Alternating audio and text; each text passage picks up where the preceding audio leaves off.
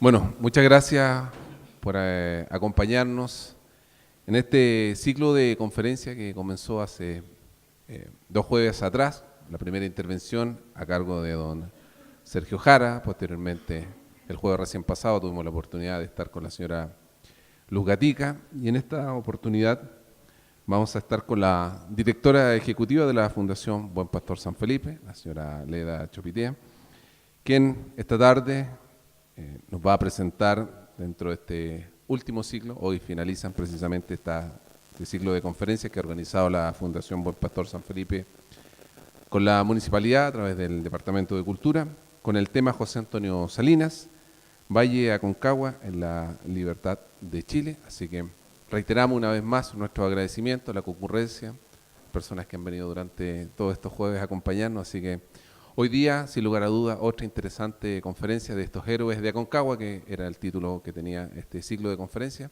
Así que dejo con todos ustedes, sin más preámbulos, a la señora Leda Chopitea. Señora Leda.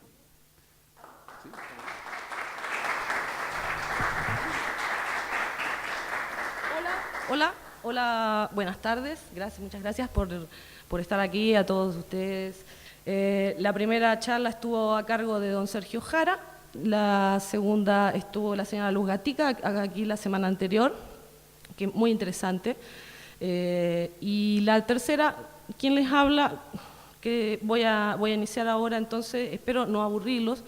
Me gustaría que en cualquier momento que tengan la necesidad de interrumpirme para hacer alguna consulta, lo hagan, por favor, porque a veces seguir avanzando, cuando alguien se queda con alguna duda, en algún momento de repente es bueno levantar, hacer así y preguntar, y entonces se sigue adelante y las personas todas comprendemos de qué es lo que estamos tratando en este momento. Lo que tenemos aquí es el logo de nuestra casa, que es la Fundación Buen Pastor, y quien ha estado en buena medida organizando este encuentro y estas conferencias. En lo que a mí respecta, yo propuse hablar de José Antonio Salinas. José Antonio Salinas es el título, con mayúscula en todo caso, y del Valle de la Aconcagua en la Libertad de Chile, la participación de esta persona en la Libertad de Chile. Muchos de ustedes dicen José Antonio Salinas o dicen Salinas directamente. A los que son del municipio, por ejemplo, están todo el tiempo haciendo referencia a Salinas porque es su dirección. Entonces, de repente uno a veces, en muchos casos, repite sistemáticamente ciertas cosas sin saber muy bien por qué. Y yo creo que el caso de José Antonio Salinas es una de ellas. Y a partir de ahí encontré que era interesante. La verdad que a mí me costó mucho trabajo poder plantear esta charla, porque al principio yo he estado investigando bastante este tema. Entonces hay muchos datos que son inéditos, hay muchos datos que tienen que ver con la vida de esta persona, el lugar donde nació, el lugar donde vivió, la señora con la que se casó, con la que tuvo sus hijos, en fin, su historia más personal, su trayectoria de vida más personal. Y yo pensaba que esta conferencia iba a versar sobre esos datos en particular, para que de alguna manera otros historiadores que vengan después puedan recoger también parte de esta información. Pero después encontré de que en realidad no era tan importante contar esos detalles que sí eran relevantes para personas entendidas en la materia o que les interesa mucho la historia al detalle de poder dedicar tiempo a este tipo de búsquedas. Y si no, más bien, quizás no era tan relevante en este momento, porque en este momento había que hacer algo que fuera más abarcativo, que pudiera hacernos comprender a la comunidad en general la idea de por qué es que estas personas fueron importantes, qué fue lo que hicieron realmente. Y entonces lo pensé de esa manera y dije, voy a hacer una especie de recopilación de las diferentes ciencias que han investigado sobre el tema, para presentarles a ustedes, para que ustedes puedan tener una idea un poco más acabada de la cantidad de trabajos y de los cientos de años que han habido de gente pensando en este tema, en esta persona, en esta temática, dándole vueltas al asunto, revisando los archivos, revisando libros, etc. Entonces, mi ponencia, porque yo soy antropóloga, no les comenté eso, pero venía en la parte de la presentación y la verdad que la quise hacer rápido para no aburrirlos, pero como buena, por un tema de formación profesional, me gusta, los antropólogos nos interesamos por las comunidades vivas. Esa es nuestra diferencia con los arqueólogos. Los arqueólogos se interesan por las sociedades pretéritas, sociedades que ya no existen. Los antropólogos nos interesamos por las sociedades vivas, los pueblos y sus culturas. Y dentro de ellos, los personajes que animan la vida de los pueblos, por supuesto, y en el caso de personas notables, o personajes notables como ellos, también. Entonces, un poco por deformación profesional, me interesa más que contarles o que compartir con ustedes detalles anecdóticos de la vida de esta persona. Más que eso, me interesa que podamos verlo como parte de un proceso y parte de un periodo de tiempo y como parte de un conglomerado de personas, pero también de hechos históricos. Y que no sea tan aburrido tampoco, o sea, que podamos entenderlo, porque pasa es que no ha sido tanto tiempo el que ha transcurrido, han sido nada más que 200 años.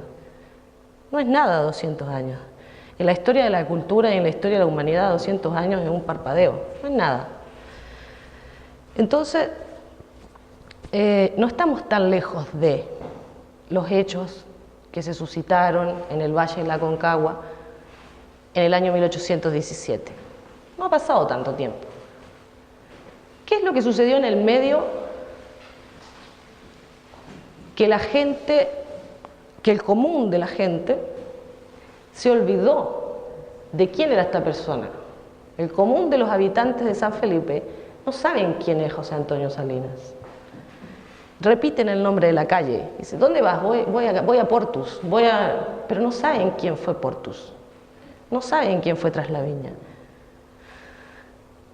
Y eso realmente tiene consecuencias, que luego más adelante lo vamos a ver en la dinámica de los pueblos. Hoy día eso tiene consecuencias, de nuestros pueblos, sudamericanos en particular, pero eso lo vamos a ver. Por eso es que a mí me pareció interesante hacerles como una especie de raconto, una especie de resumen de las diferentes ciencias que han investigado el tema y que han trabajado. Y por eso es que vemos aquí la historia en primer lugar, la literatura, la arquitectura, la sociología y la antropología.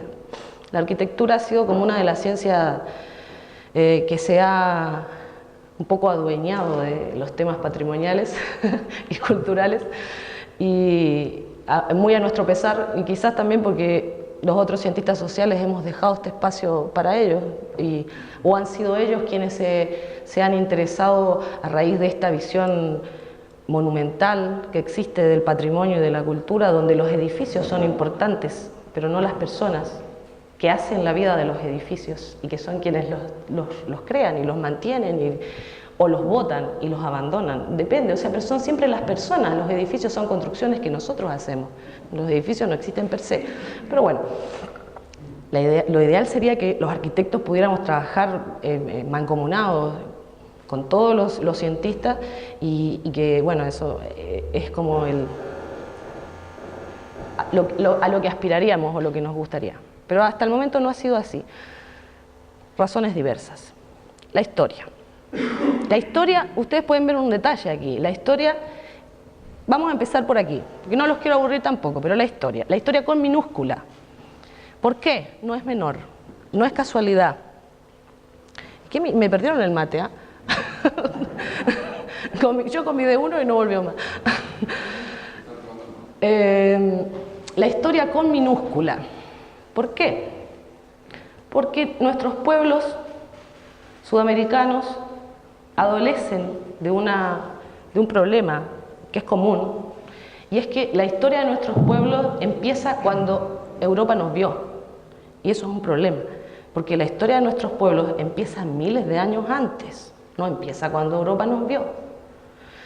Entonces, el no contar esta parte de la historia tiene consecuencias graves realmente para el desarrollo de nuestros pueblos. Pero bueno, ¿por qué aquí dice la historia con minúscula? Porque esta historia, que forma parte de estas personas, de estos personajes, de estos mártires, de esta independencia de Chile, de esta segunda independencia, porque la primera independencia se celebra el 18 de septiembre de 1810, y por eso es que todos los septiembres todos bailan cueca y son felices y toman chicha. Pero en realidad hubo otra independencia que fue en 1817, y fue la verdadera independencia, como dicen los chilenos, la verdadera independencia. ¿Por qué hay dos independencias? Es muy raro. Entonces, la historia explica esto, la historia lo trabaja, la historia lo investiga, la historia con minúscula sí, la historia con mayúscula no, la historia oficial no, la historia que se escribe en las universidades, que se escribió, perdón, en las universidades con mayúscula, la historia que se repite sistemáticamente en las escuelas, en los colegios, en los liceos, esa historia no contempla lo que estamos conversando ahora. La historia con minúscula sí. La historia con minúscula se interesa por el pasado milenario de nuestros pueblos y se interesa por el aporte de personajes locales como los que estamos conversando. Entonces, ahora vamos a entrar a una pequeña ubicación territorial. Una pequeña ubicación en realidad. Porque este era uno se pregunta y dice, ¿por qué hubo una independencia en 1810? ¿Por qué hubo otra en 1817? ¿Por qué hubo un ejército conformado por argentinos y por uruguayos y por negros, africanos, liberando Chile? ¿Qué era lo que estaban haciendo esas personas? ¿Por qué? ¿Cuál es la explicación de eso? Porque eso tiene una razón, tiene un motivo, no fue casual. No vamos a hacer una clase de historia detallada ahora porque nos vamos todos a dormir, no es la idea. La idea es que podamos ver cuál era la descripción administrativa política en ese momento, en el continente. Y lo que vemos es que ya en 1777, o sea, poquito tiempo de fundado San Felipe, existía ya el Virreinato del Río de la Plata. Y estaba la Capitanía General de Chile. Y esa ruta que ustedes ven al lado es la ruta transoceánica. Yo me acordaba cuando estaba haciéndolo la señora Luz. La señora Luz decía, no se inventó nada nuevo. En realidad lo que se hace es reocupar y volver a hablar de sitios y de caminos y de lugares que fueron transitados por esas personas que vivieron hace miles de años en el continente y que no sabemos quiénes fueron y que no sabemos cómo vivieron y que no sabemos a qué se dedicaban, o sabemos muy poco. Sí sabemos, pero sabemos muy poco. Esa ruta existía en los momentos de la independencia y esa ruta estuvo en poder los primeros 200, 300 años, esa ruta estuvo en poder de los comunes, de los simples, de los cholos, de los habitantes originarios de estas tierras. Y no fue una ruta conocida por los españoles, ni por los ingleses, hasta muy entrada la conquista del continente. En los tiempos iniciales no lo era. Entonces, eso explica mucho lo que sucede después. Eso explica por qué San Martín, que había nacido en las misiones del Yapeyú, en las misiones jesuitas de Yapeyú, San Martín, que en algún momento le dijeron cholo, que firma con esa mano negra cuando yo firmo con esta mano blanca, decía Marcó del Pont.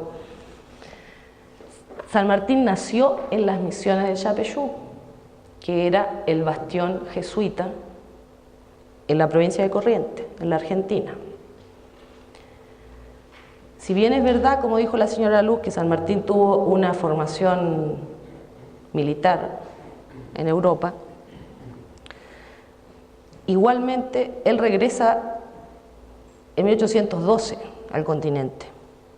En 1811, 1812 él regresa al continente. Entonces él, si bien tenía una formación militar de tipo europeo, tenía igual el conocimiento y tenía igual el bagaje de los pueblos de los cuales él provenía, y tenía el conocimiento de esos pueblos, y por eso sabía que esta ruta existía, y sabía a dónde lo llevaba, y sabía que podía ingresar a Chile no únicamente por el Paraíso, sino que podía ingresar cruzando la cordillera, y cruzando la cordillera por varias partes. Y eso fue lo que él llamó la guerra de Zapa, que no es otra cosa que la guerra de guerrillas, pero en aquel momento no se hablaba de guerra de guerrillas, se hablaba de la guerra de Zapa, y que consistía básicamente en desorientar al enemigo, en que el enemigo, que era el rey de España, que era el virrey en este caso, o que era Marcó del Pont en este caso, creyera que los combatientes eran millones y que iban a invadir el país por todos los lugares posibles, y que, aunque en realidad no eran tantos, si bien no eran millones. Entonces, pero claro, el hecho de una escaramuza aquí, una escaramuza allá, una escaramuza más abajo, entonces eso daba la idea de que en realidad había un gran ejército del otro lado, y el gran ejército no era tal, porque no era un ejército de militares, de personas combatientes con una formación para la guerra, ni con capacidades, ni con armamento, no, era un ejército de descamisados, era un ejército de gente que estaba cansada de estar sometida, trabajando para un rey que vivía en otro continente y que veían la oportunidad de poder independizarse y de poder de poder dirigir los destinos de sus respectivos lugares de donde vivían, porque no eran países, porque en ese momento no existía Chile, no existía Argentina y no existía Uruguay. En ese momento lo que existía eran las Provincias Unidas del Río de la Plata, y el Ejército de los Andes era el cuerpo militar de las Provincias Unidas del Río de la Plata.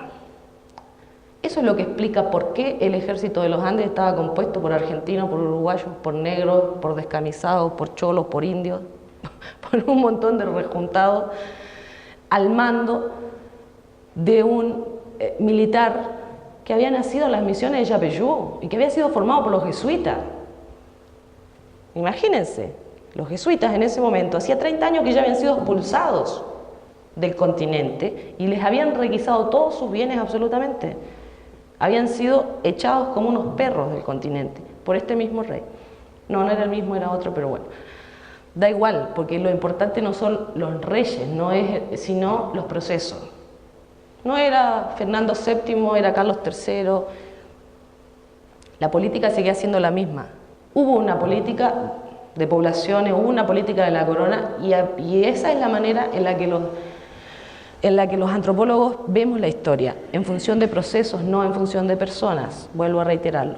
Entonces, el plano es interesante, porque este plano yo lo tomé de una persona, disculpen que no puse la referencia, pero la idea es que después estas referencias van a aparecer en las publicaciones, en la publicación que va a compendiar lo que ha sido este ciclo, y ahí van a estar en detalle la referencia, la persona, el lugar, etcétera, para que otros investigadores puedan luego seguir avanzando en relación al tema.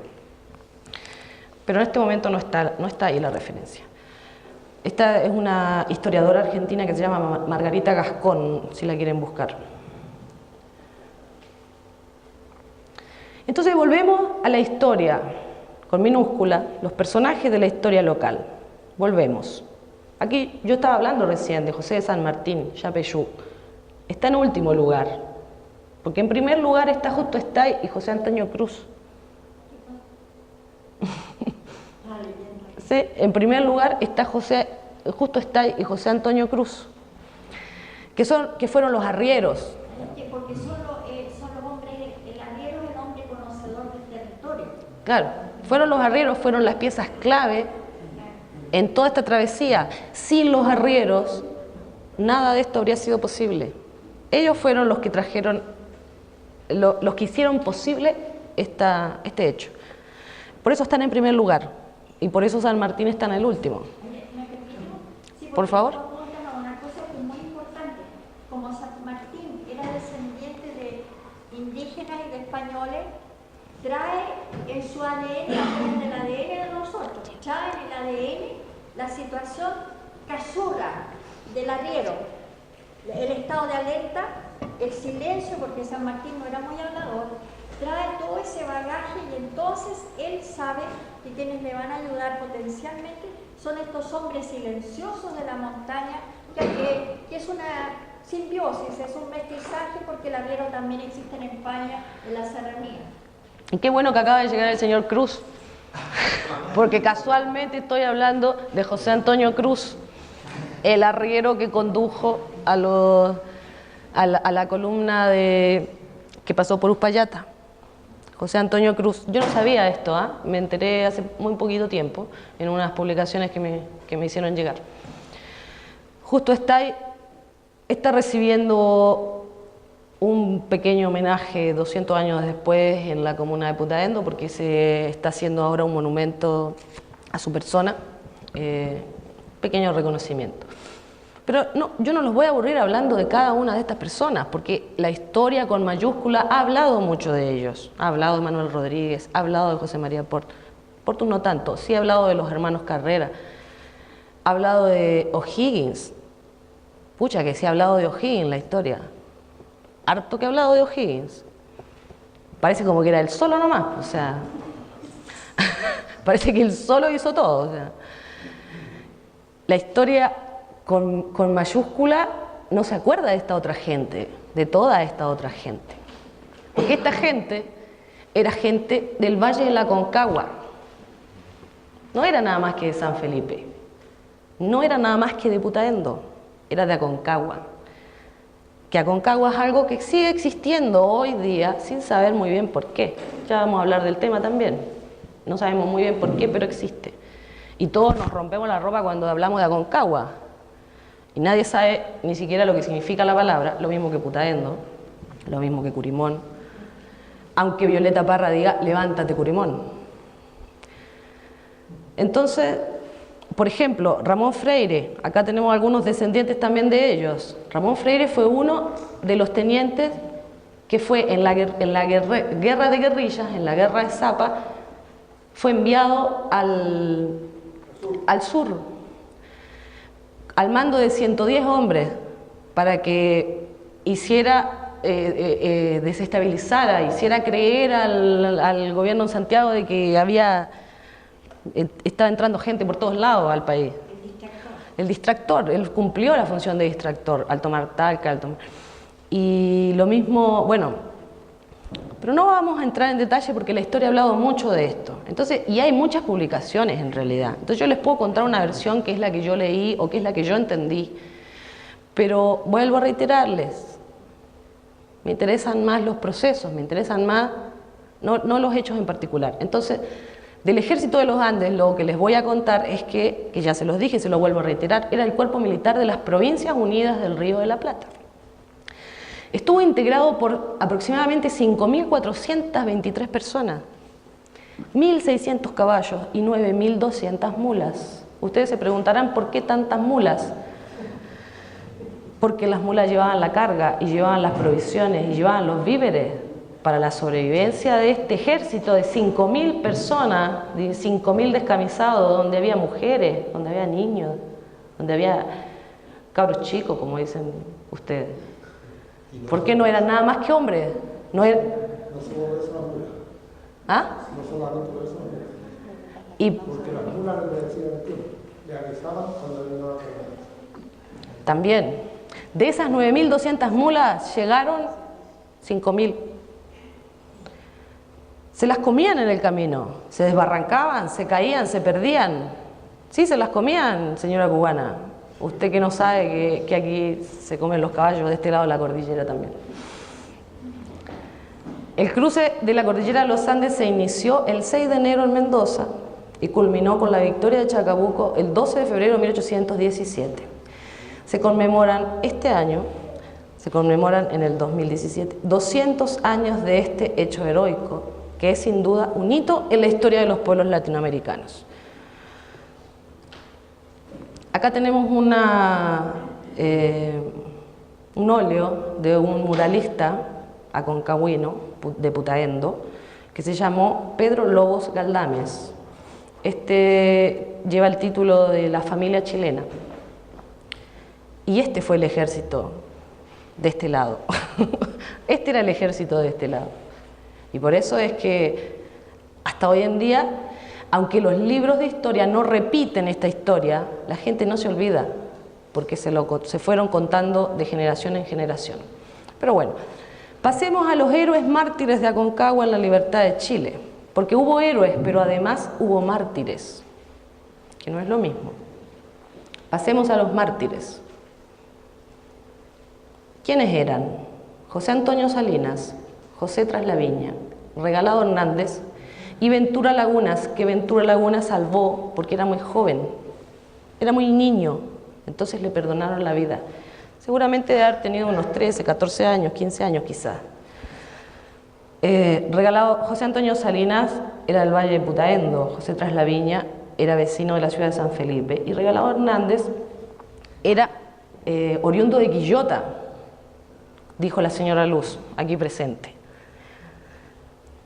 La verdad, eran todos aconcagüinos, había algo que los atraviesa a todos son de Aconcagua. Ventura Laguna se pierde en la historia, pero Regalado Hernández también se pierde un poco en la historia, pero José Antonio Salinas y José Traslaviña no, son las calles principales en la ciudad de San Felipe. Aquí podemos ver una placa que está colocada en la entrada de la Municipalidad de San Felipe. Ustedes podrán ver que no es un tema menor, porque en la entrada de la Municipalidad de San Felipe no hay otra placa, no hay una placa que recuerde a Eulogio Altamirano, no hay una placa que lo recuerde. Hay una placa que recuerda a los mártires de Aconcagua, sí. Esta placa fue colocada en el año 1943 por un caballero que era el esposo de una señora que escribió un libro que está ahí, que se llama Alejandrina Carvajal, que es una poeta de Aconcagua.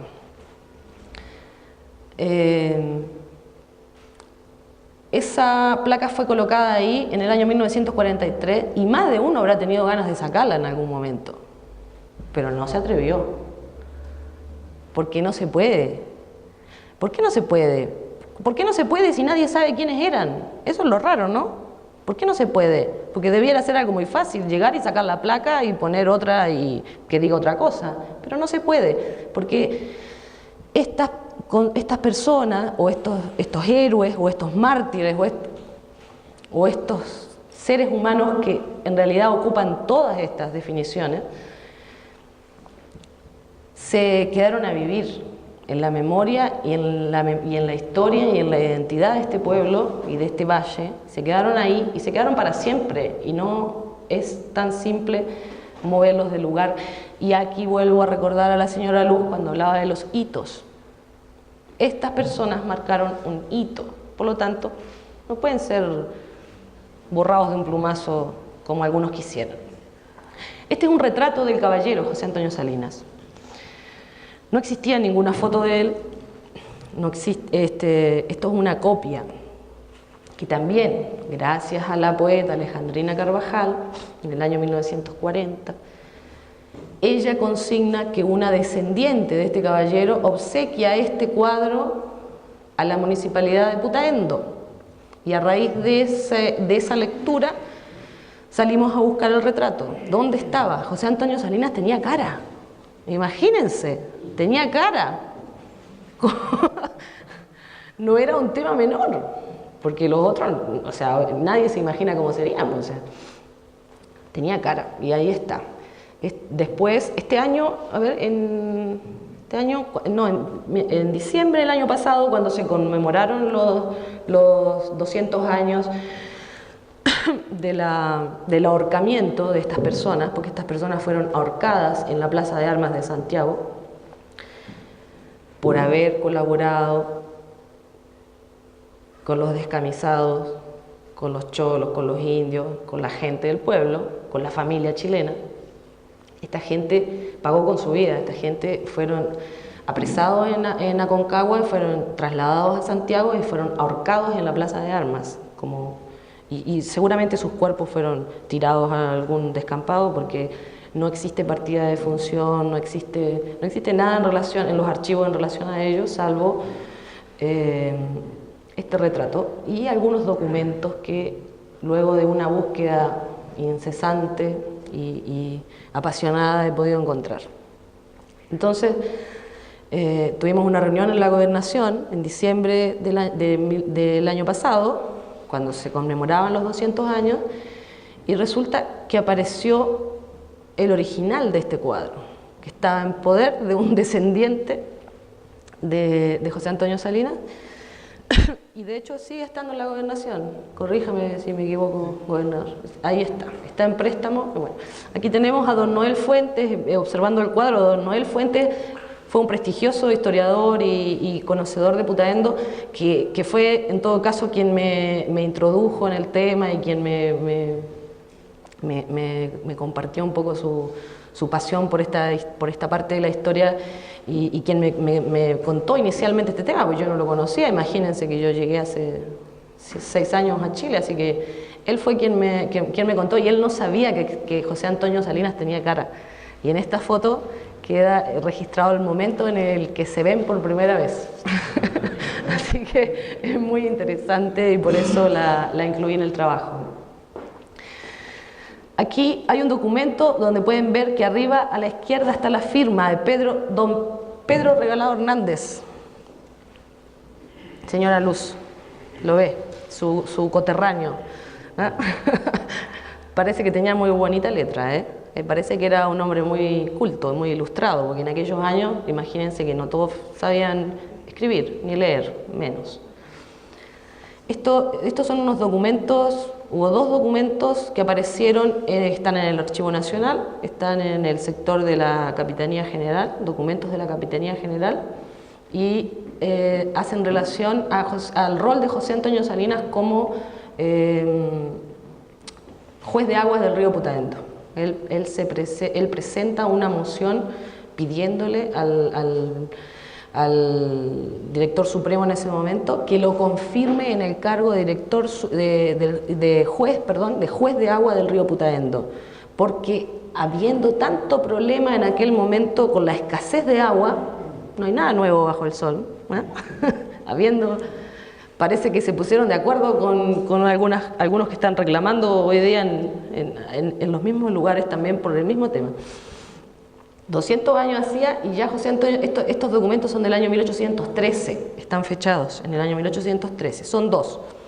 Uno donde él dice que lo habían mandado como a defender unas fronteras en el sur, y porque él era alférez de caballería, lo habían mandado, y entonces él vuelve y él deja en su lugar a una de estas personas, y el otro documento hace relación a este mismo pedido que él tiene.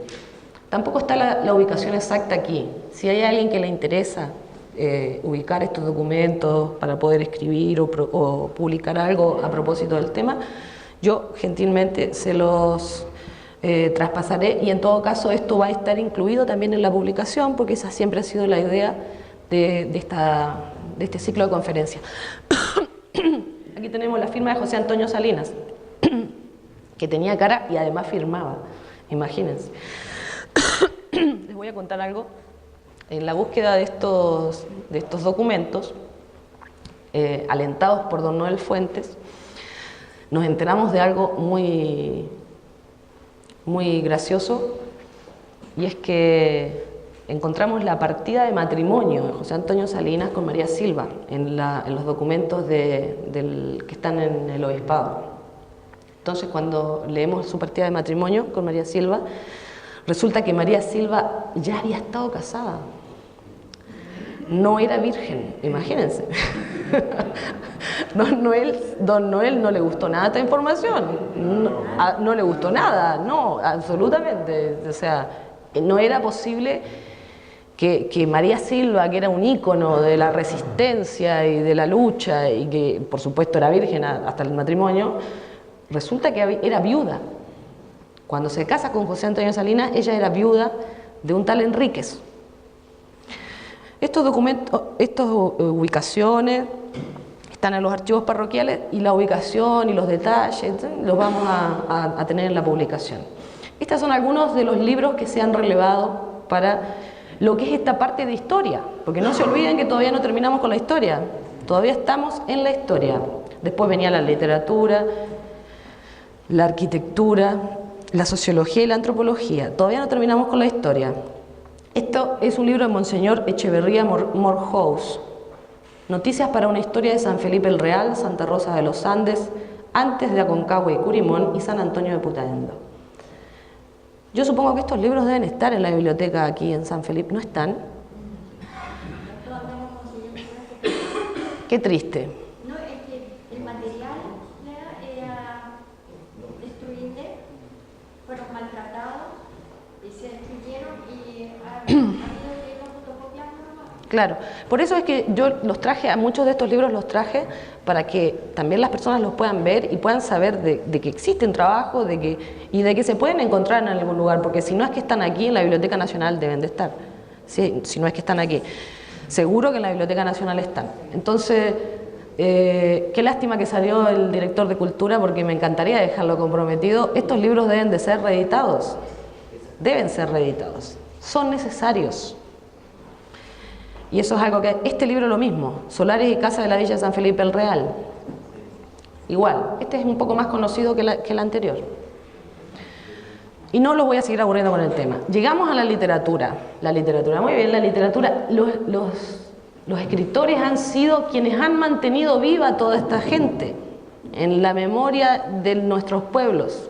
Ellos han sido quienes los han mantenido vivos. La señora Alejandrina Carvajal, con sus cantos patrióticos, publicado en 1943. Bernardo Cruz, San Felipe de Aconcagua, otro libro que tiene que ser reeditado de forma urgente. Ese libro, sobre los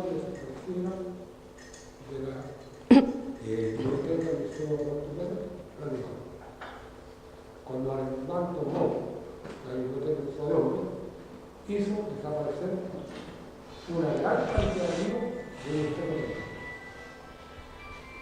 Le creo. Ya vamos a llegar. Seguro. Pero en estos tiempos, usted me dice que no es posible reeditar estos libros. ¿Cómo no va a ser posible? ¿Pero cómo no va a ser posible? Esto es algo que debemos hacerlo. Nosotros como comunidad debemos hacerlo, tenemos la obligación moral de hacerlo, no solamente para con nuestros antepasados, para con nuestros hijos, para que nuestros hijos conozcan su historia, sepan de dónde vienen. Carlos Ruiz Aldívar, qué lástima que el director de Cultura salió, nuevamente. Carlos Ruiz Aldívar, romancero heroico de Aconcagua, pero Carlos Ruiz Aldívar escribió en 1955 este libro. Ya Alejandrina lo había hecho varios años antes. Yo ahí en Alejandrina había marcado algunas cosas interesantes, pero si no se nos va a hacer muy largo, así que si alguien lo quiere consultar, están marcados. Lo mismo en el romancero heroico, si alguien lo quiere consultar, está marcado, porque el romancero heroico a quien trae de forma muy particular es a María Silva, a la señora de José Antonio Salinas. Y la trae de una forma muy dramática, porque ella fue, en buena medida, fue como torturada para que delatara el lugar donde se encontraba su esposo. Cuando llega el ejército a buscarlo, para detenerlo, ella es apresada y tiene una actitud muy heroica, tiene una actitud muy valiente, y ella escupe en la cara de las personas que la vienen a apresar y la amarran en un poste de la casa y la golpean y la castigan y la azotan. Y este martirio y este dolor que sufrió esta mujer ha ido pasando de generación en generación durante 200 años, imagínense. ¿Y saben gracias a quién? Gracias a escritores. Porque los historiadores no se acordaron de María Silva. La historia con mayúscula no habla de María Silva, no cuenta esta historia. Pero los escritores sí la cuentan, porque los escritores hablan de la memoria de los pueblos y hablan de la cultura y de la identidad de los pueblos. Entonces, Hay muchos libros de este romancero heroico de la Aconcagua, sí, por ejemplo, está disponible, hay muchos, el Departamento de Cultura tiene varios y los podemos regalar, los podemos prestar, lo que quieran, porque la idea es que circulen. Ese fue un reclamo, único que le hice yo al historiador del asunto de los 200 años a Cristian Guerrero Lira, le reclamé por la no relevancia que le dieron a las mujeres. Porque en el resto de América se habla mucho de las mujeres que estuvieron al lado de San Martín, al lado de Simón Bolívar, y lo nuestro fue silenciado. Si ellos no estaban solos, como dijiste tú. Claro, no estaban solos, por supuesto.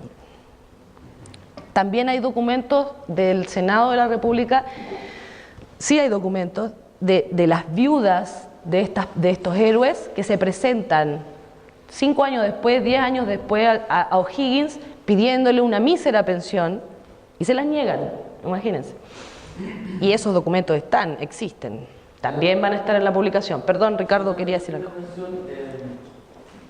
yo como escritor también agradezco el sitial que ponen a los escritores de Aconcagua en este rescate de la memoria del pueblo de Aconcagua.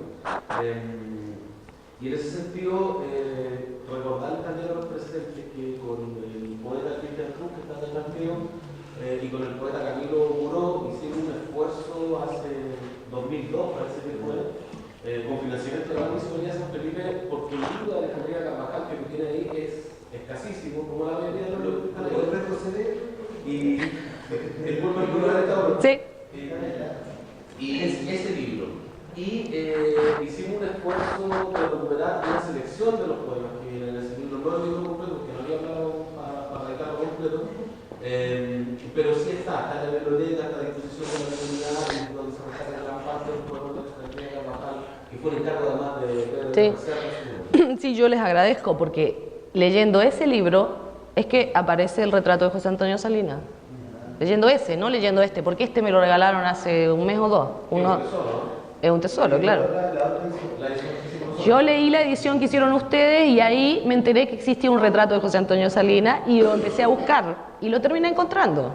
Y se lo presenté a don Noel y era la foto que estaba antes cuando don Noel y José Antonio se conocieron. Hay un dato muy especial en este libro que si llegase a reeditar como estaba, o sea, como es el libro que está ahí, que lo tengo en la casa, creo que hay cosas que se identifican que el himno de San Felipe, que no era el himno de San Felipe, sino que es el himno de Aconcagua, y la frase de profesor del proceso no aparece en esta edición. Es muy importante que somos una cuarteta completa. Y tiene un piano con algún escritor, no se sabe. Y no hay certeza, sí le agregan la cuarteta que hace de San Felipe, lo coloca ahí. 3 veces heroica. Sí, no está, no existe. En la escritura original de Alejandrina no existe 3 veces heroica. San Felipe 3 veces heroica no está. Esa parte alguien se la agregó después. Y todavía no hemos podido saber quién fue, pero alguien se la agregó.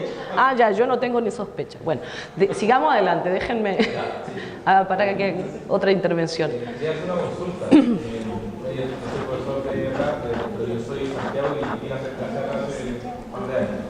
Y me llamaba mucho la atención esa frase de 3 veces heroica, pero no tengo idea de qué es lo que significa, lo he preguntado y nunca me han dicho así con certeza qué es lo que es. No, si hay algunos sanfelipeños que saben exactamente, porque, por favor, alguien que me ayude, yo no soy de la ciudad. Yo le pregunté a mi abuelo hasta su muerte si él había tenido que ver con eso, siempre me dijo que no. Pero se dice que mi abuelo, Contino Briano, inscribieron el libro, Alejandría Carvajal le pidió a ellos que inscribieran en Santiago. Dicen que ellos dos le agregaron esa estrofa para compartir el libro de Aconcagua con el libro de San Felipe. Esa es la historia. Y las 3, pero ¿cuáles fueron los 3 hechos heroicos? Los 3 hechos heroicos son, bueno, aquí está Jorge Jara, el otro día lo estuve estudiando, por favor. Van cayendo de a poco, ¿eh? No hay consenso en la Pero ¿cuáles fueron los 3 hechos heroicos que está preguntando aquí el afuerino como yo? ¿Ah? Claro. Hay una versión, o por lo menos yo la he escuchado de muchas otras personas, que una de esas circunstancias sería el papel que jugó la zona de San Felipe en el tema de la independencia de Chile. Y cuando se le otorgó el reconocimiento ciudadano al pueblo de San Felipe, y con San Martín habría puesto viento sin aquí. tiene que ver con el espacio de expresión de libertador. La segunda circunstancia se dice que sería la participación que tuvo la gente de San Felipe en la Guerra del Pacífico y en la guerra contra la Federación Perú-Boliviana, porque se formó acá, aquí no había regimientos, o sea, se formó un batallón, el batallón de Moncagua, y marchó la gente de San Felipe y los alrededores hacia Perú, en esas dos situaciones históricas. De hecho, las mujeres de Aconcagua, las mujeres de San Felipe, bordaron una bandera que llevó al batallón de Aconcagua, que entró a Lima en esas dos ocasiones, y que está en una vitrina en el tercer piso de la municipalidad, y que ha sido rescatada numerosas veces de las aspiraciones de protección legítimas, por supuesto, de la gente del regimiento Yungay. Se dice que cuando entró el ejército chileno a Lima en la Guerra del Pacífico, iba marchando ahí el batallón Aconcagua con su bandera, que ya tenía a 30 años, y los residentes se burlaron de la condición de la bandera, ya que estaba un poquito antigua. Entonces alguien habría dicho, respondido a los peruanos que se mofaron, dice la historia, la leyenda, no hay mucha certeza, dice que ya se sabe el camino. Diciendo, ya estuvo aquí antes. La tercera circunstancia habría sido la condición de inmolación de la ciudad de la guerra del 91, la revolución del 91, habría sido sometida, conquistada por los rebeldes, perdón, con el presidente de la por las tropas del ejército de Santiago, que fueron apoyadas por milicias de Los Santos.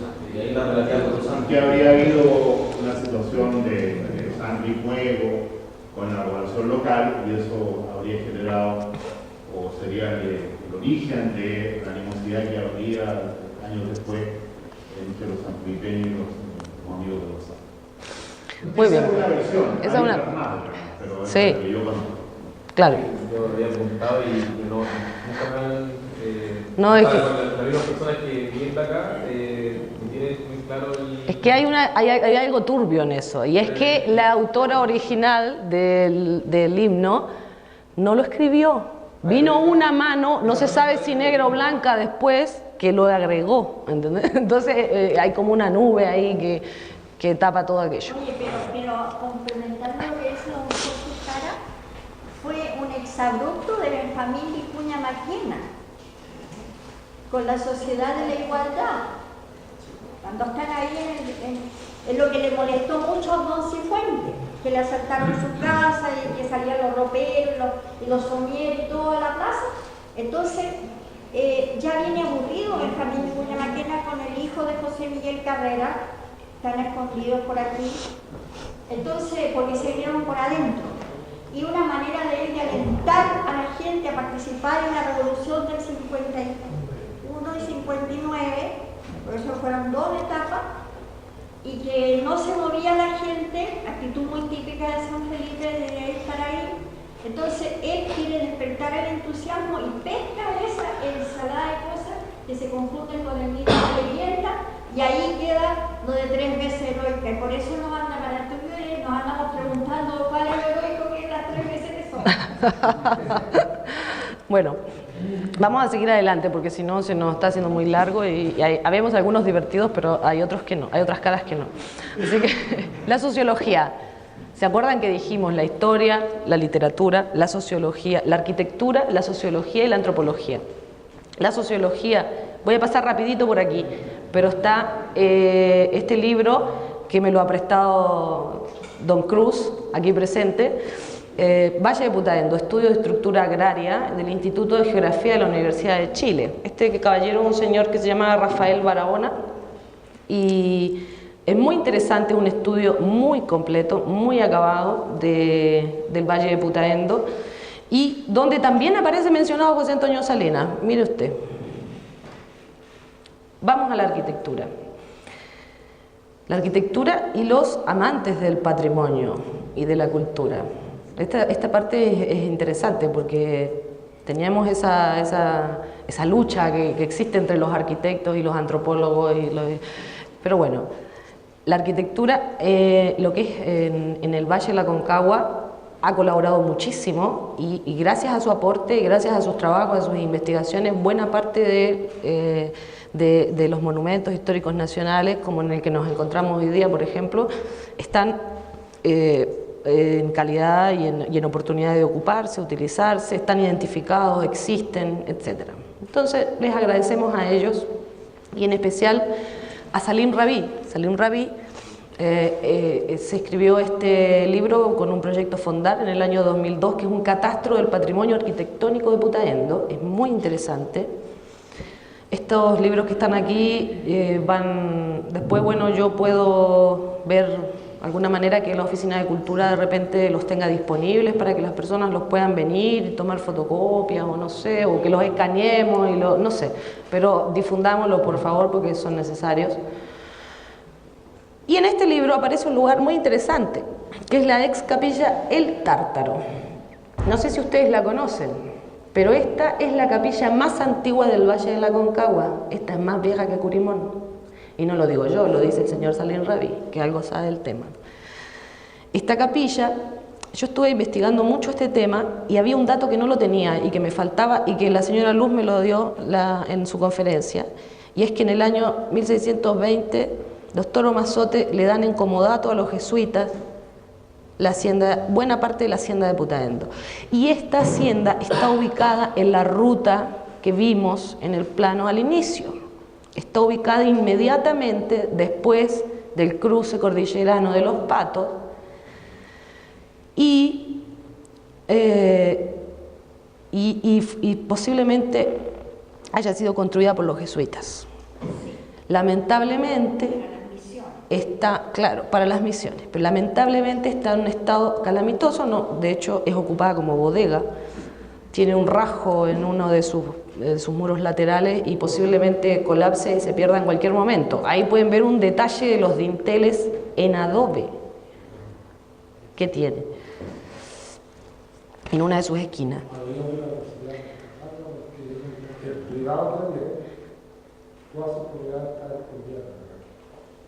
Sí. Perdona, el privado, no te entendí lo último. Sí. Ah, en remate. Sí. No, sí, de hecho la persona que estaba a cargo de este lugar, que es la dueña de este lugar, tenía intenciones de recuperar el espacio como un lugar patrimonial, etcétera. Porque este lugar, además de ser la primera capilla del Valle de la Aconcagua, es el lugar donde se establece el ejército, el cuartel general del ejército de San Martín. Inmediatamente cruzada la cordillera, hubo un par de combates en las Achupayas, y hubo en Achupayas, que hasta el día de hoy están apareciendo las balas de cañón en ese lugar. Y antes de eso en Las Tejas, antes también hubo unas cuantas escaramuzas por aquí y por allá. Y el ejército, con sus 5.423 hombres, mujeres, niños, rotosos, descamisados, instala su cuartel general aquí, en la capilla del Tártaro, en este lugar en particular. Y desde ahí se reorganizan para seguir avanzando. No es que toman Putaendo porque Putaendo estaba feliz de recibir al ejército. San Felipe no tanto, pero en San Felipe las fuerzas realistas eran más importantes que en Putaendo. Entonces en San Felipe era otra realidad. Pero ahí se reorganiza el ejército. Imagínense que esto es mucho antes de Chacabuco. Estamos hablando aquí hacia arriba, la cordillera hacia arriba. Y la historia con mayúscula no se acuerda de esta parte. No está, nada, no hay ni una palabra. Y llegamos por último a la antropología. Esta foto, antes de entrar aquí, esas fotos que yo mostré están en la publicación de Salim Rabí, no son fotos actuales, porque yo la verdad no tuve tiempo de ir a fotografiar ahora. Pero si a alguien le interesa, podemos dar las descripciones, el lugar, las referencias, cómo llegar, etc. Y llegamos a la parte de la antropología, qué es lo que a mí me gusta y qué es lo que a mí me compete, porque es en lo que me he formado. Entonces, la antropología, uno dirá, ¿qué hace una antropóloga uruguaya interesada en José Antonio Salinas? ¿Por qué? ¿Qué es lo que le importa? ¿Cuál es el punto de interés? Se supone que los antropólogos buscamos huesos, ¿no? Eso es lo que piensa a veces la gente, ¿no? O sea, no. Entonces, ¿qué le interesa a los antropólogos de estos mártires de Aconcagua, de esta parte de la historia de la independencia de Chile y de este Valle de la Aconcagua. Nos interesa la identidad cultural. Este es un concepto bien importante, porque estos personajes forman parte de la identidad cultural de los aconcagüinos.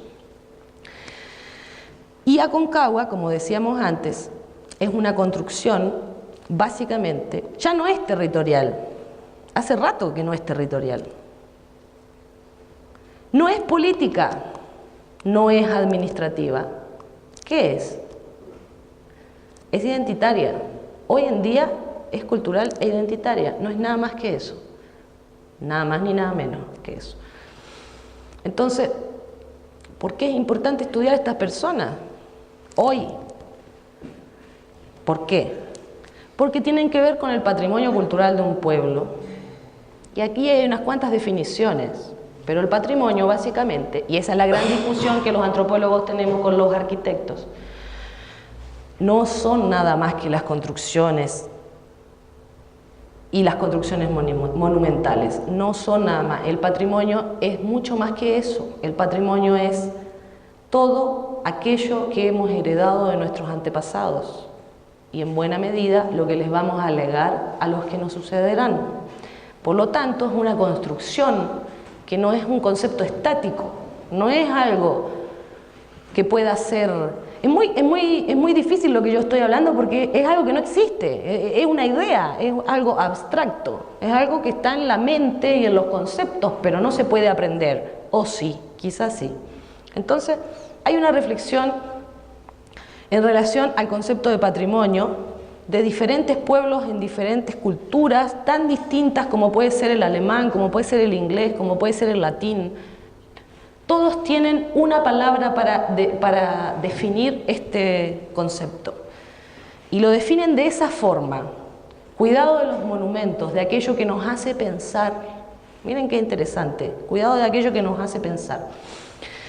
Los elementos vinculados al concepto de patrimonio cultural y al concepto de identidad cultural están en las bases fundacionales del Estado-Nación.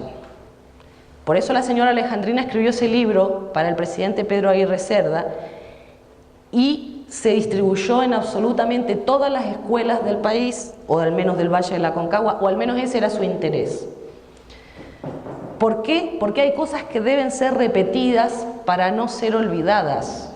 Entonces aquí esa línea entre lo escrito y lo oral es muy tenue y vuelve a aparecer el concepto de la señora Luz de que no hay nada nuevo bajo el sol. Se trata en buena medida de repetición, puesta en práctica y repetición. Por eso la identidad cultural es una construcción social que se reactualiza o se actualiza en la práctica. En la práctica, esto es algo muy simple lo que yo estoy diciendo, no es tan complicado. Esto quiere decir, por ejemplo, que José Antonio Salinas, la calle donde está ubicada el municipio, se sigue llamando José Antonio Salinas y nadie sabe por qué. Y se va a seguir llamando así.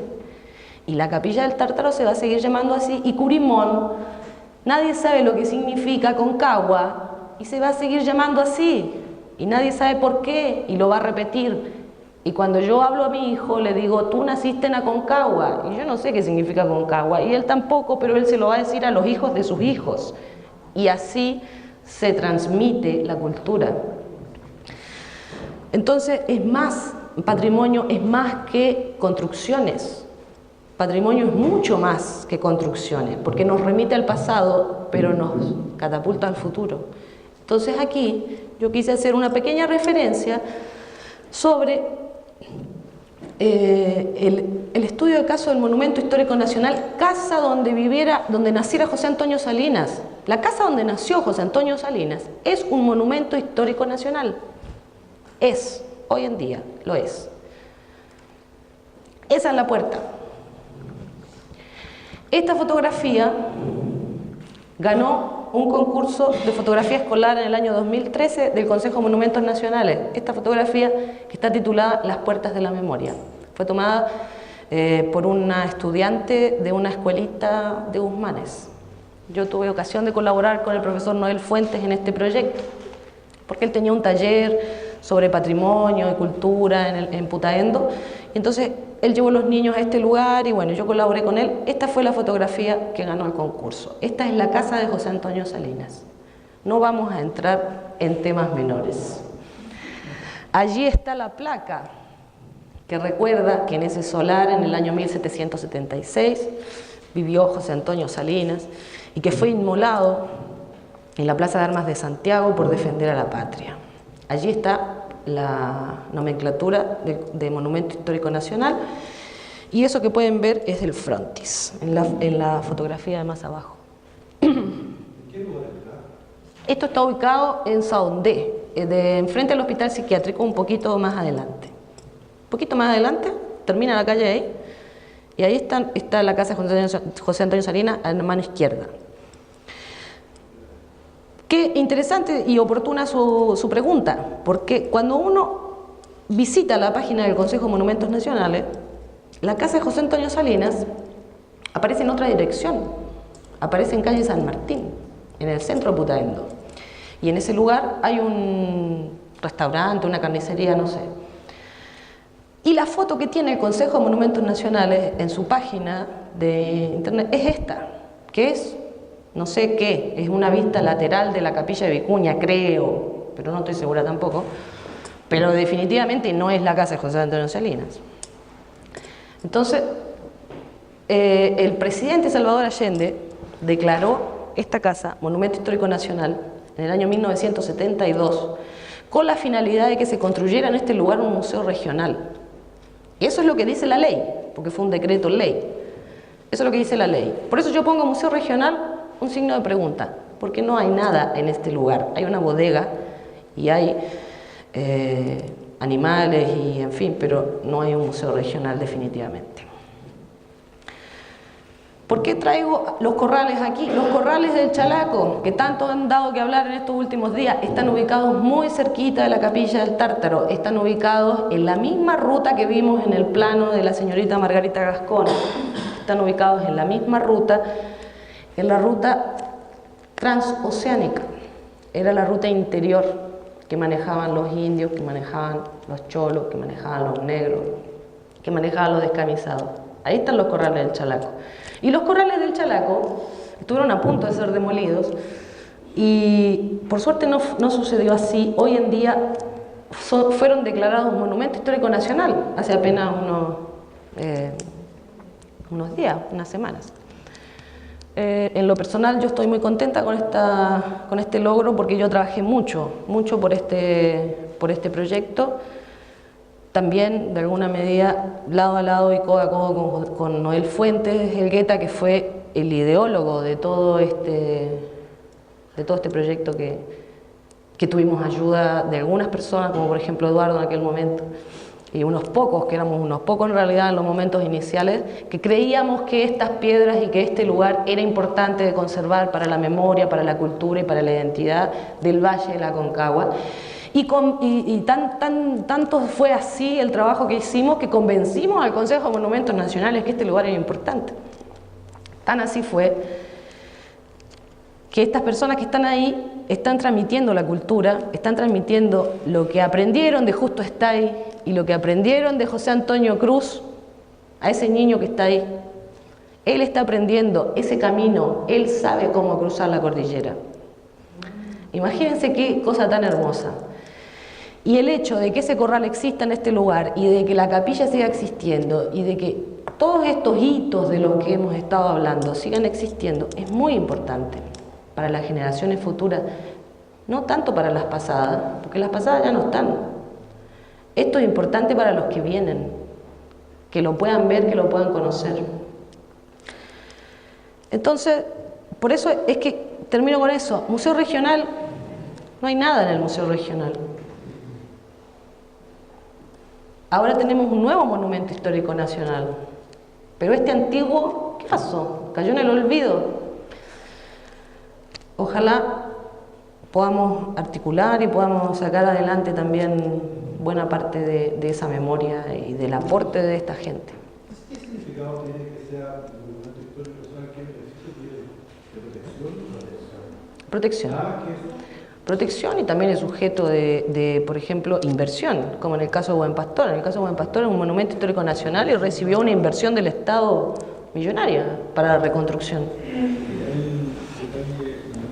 Bueno, nosotros como ordenamos el territorio a través de planes regulares comunales, ¿ya? Y para ordenar el territorio, ahí debiera también planificarse los temas ambientales, los temas históricos, y por favor proteger y administrar el territorio. Pero un plan regulador intercomunal, por ejemplo, no puede recoger una zona ambiental si no está protegida por algo pertinente, por ejemplo, si pierde la naturaleza.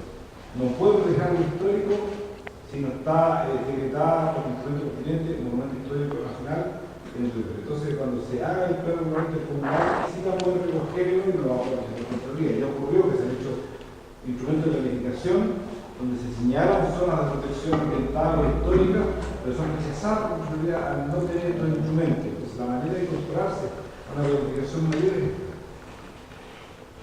Gracias, gobernador, por su aclaración. Entonces, bueno, vamos a ir cerrando porque ya hace una hora que estamos conversando y yo seguramente los tengo aburridos. Así que vamos a ir cerrando con algunas conclusiones. Yo no sabía si ponerle algunas conclusiones o poner conclusiones preliminares o poner, en fin, porque en realidad esto es como muy... Es muy difícil concluir en un tema tan amplio como el que hemos tocado en este momento. Entonces, algunas conclusiones dice: el Gran Valle de Aconcagua posee una extensa temporalidad y ha sabido adaptarse con éxito en diferentes momentos de la historia con minúscula, con mayúscula, y de antes de la historia.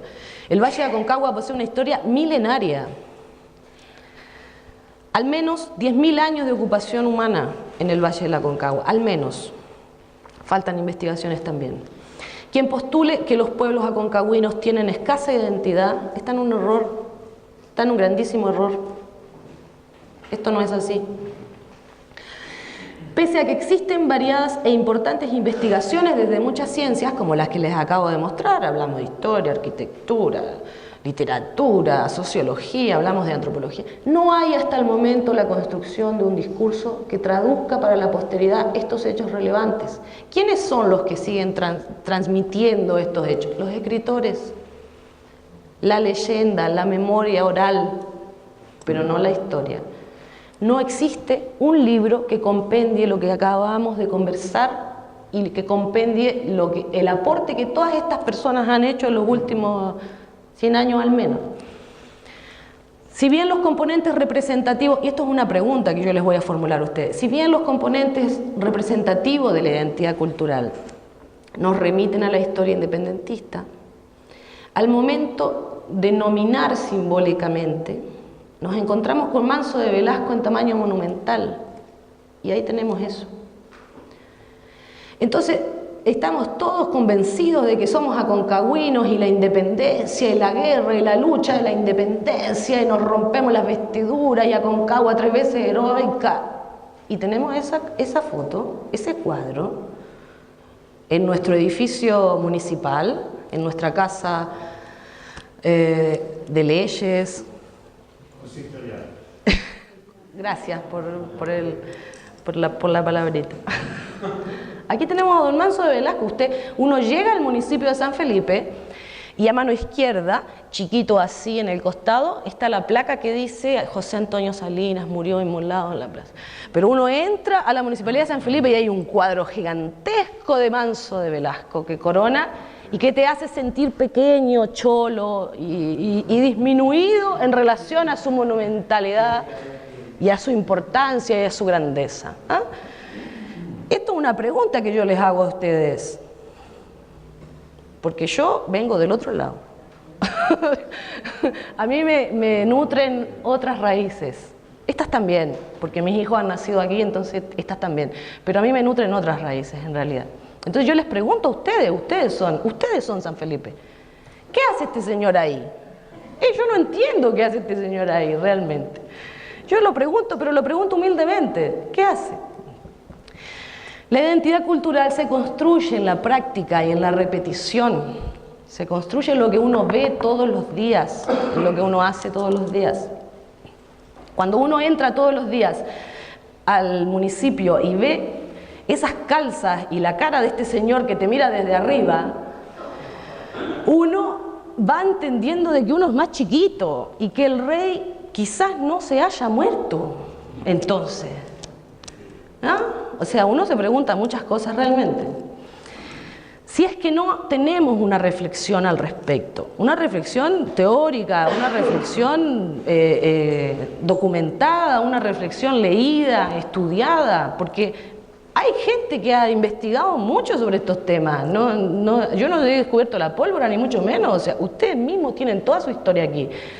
Si nosotros no traemos a todos estos viejos que escribieron y que nos enseñen y que nos muestren el camino, estamos perpetuando ideas eurocéntricas, estamos perpetuando la imagen del rey que hace 200 años estos ilustres sanfelipeños pagaron con su vida para que se fuera. Miren qué ilógico, ¿eh? Es raro realmente. La reflexión y la producción intelectual al respecto puede colaborar de forma trascendente a la construcción de un futuro mejor. Eso era lo que hablábamos al inicio. No estamos hablando del pasado, estamos hablando de un concepto que es atemporal, es pasado, es presente, es futuro, al mismo tiempo está sucediendo y se está construyendo al mismo tiempo. Entonces, los sanfelipeños deben de preguntarse si es que este señor los va a seguir mirando desde ahí arriba, al lado, a la derecha de Dios, o si es que van a poner a alguien más en este lugar. Y bueno, ese sería mi modesto aporte. Es muy tarde ya, no hemos tomado ni un café, ni un té, ni nada. Yo imagino que estarán todos deseando que ya termine. Así que vamos a hacer los agradecimientos del caso en nombre de la Fundación Buen Pastor, ya que yo soy la directora ejecutiva de la Fundación Buen Pastor. Le voy a agradecer a la ilustre Municipalidad de San Felipe y al personal de la Oficina de Cultura por la colaboración prestada en este ciclo, especialmente a don Jovino Gallardo y a la señora Oriana, que no está en este momento, que han estado detrás todos los días colaborando y bueno, en fin. A los expositores, don Sergio Jara Catalán, que lamentablemente no nos está acompañando, y a doña Luz Gatica Guzmán, que está aquí sentada a la derecha y que presentó magistralmente la semana anterior su ponencia y tanto nos ilustró. Y por último quiero saludar a los pobladores del Gran Valle de la Aconcagua y muy especialmente a los pobladores de San Felipe. Ese es mi nombre, debía haberlo puesto al inicio, pero bueno, ese es mi nombre, ese es mi cargo en este momento y ese es el correo de la Fundación a donde me pueden escribir y el que está debajo es mi correo personal si es que alguien tiene interés en acceder a algún tipo de información, de todo lo que estuvimos conversando, datos, información, etcétera. Muchísimas gracias por su presencia, por su atención. ¿Hay un caballero que quiere decir algo? Al final, nuestros corrales de Chapaco no son únicos. No. Porque en el sector de la calle, ahí donde está la mina de la ciudad de González, poco más arriba de adentrándose, con la quebrada, también hay un corral. Sí. Y queda cruzar los arrieros y dar su ganado hacia el sector del río de Cerro Negro y Caín. Mire, yo tengo una hipótesis en relación a los corrales, y los corrales fueron, en mi modesta opinión, fueron construidos por estos pueblos que habitaron el continente miles años antes de la llegada de los europeos. Hay un sistema de corrales que atraviesa todo el continente. En esta misma ruta que yo les mostraba en el plano, hay un sistema de corrales, porque los argentinos lo han investigado a rabiar, los uruguayos no tanto, que atraviesan el continente de esta forma. De esta forma, exactamente. Es muy probable. Entonces, yo, la verdad, viene bien igual esta protección de monumento histórico nacional porque los remite a la época histórica, pero yo creo que no son históricos, son monumentos arqueológicos, son restos arqueológicos vivientes de poblaciones que ocuparon nuestro continente y que pertenecen a esta historia milenaria desconocida por todos nuestros pueblos. Entonces, ojalá podamos seguir avanzando y trabajando en este tema porque es muy interesante. Yo les agradezco a... Dígame. Yo hace más o menos 10 años que soy socio de la Sociedad de Historia y Arqueología y te digo honestamente que yo en una sola oportunidad había una charla que la dio mi amigo Jaime Lepe, que fue sobre la creación de San Felipe, donde se creó. Pero yo nunca en la sociedad histórica había tenido la oportunidad de escuchar una charla como la que ustedes dicen. Así que por lo tanto yo voy a hacer Muchas gracias. ustedes nos den una charla en la sociedad histórica. Muchas gracias.